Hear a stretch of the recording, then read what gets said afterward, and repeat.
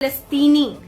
صحافیوں نے ٹویٹس کیے اور جناب سامی الہادی نے جس طرح سے ایک ٹویٹ کی جس میں کہا گیا کہ عمران خان کو آرمی چیف صاحب صرف ایک دن کے لیے چھوڑ دیں تاکہ وہ آواز اٹھا سکے فلسطین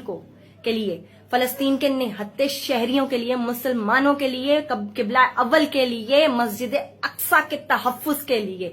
جناب فلسطینیوں نے یہ آواز نواز شریف کو نہیں لگائی، فلسطینیوں نے یہ آواز آرمی چیف کو نہیں لگائی، فلسطینیوں نے یہ آواز شہباز شریف کو نہیں دی، فلسطینیوں نے یہ آواز بلاول بھٹو کو نہیں دی، فلسطینیوں نے اس نام نہاد مولانا فضل الرحمان کو یہ نہیں کہہ کے للکارا، اپنی مدد کے لیے نہیں بلایا، اور کس نے بلایا؟ صرف اور صرف عمران خان کو بلایا۔ تو جناب یہ آپ سوچئے کہ آپ نے جس شخص کو قید میں رکھا ہوا ہے وہ کتنا بڑا نگینہ ہے، اور مسلمانوں آپ بھی سوچئے، پاکستانیوں آپ بھی سوچئے، یہ 25 کروڑ کا ملک جو ہے یہ اپنے اس لیڈر کا تحفظ نہیں کر پا رہا جس کو باہر کی قوتیں، جس کو دوسرے ممالک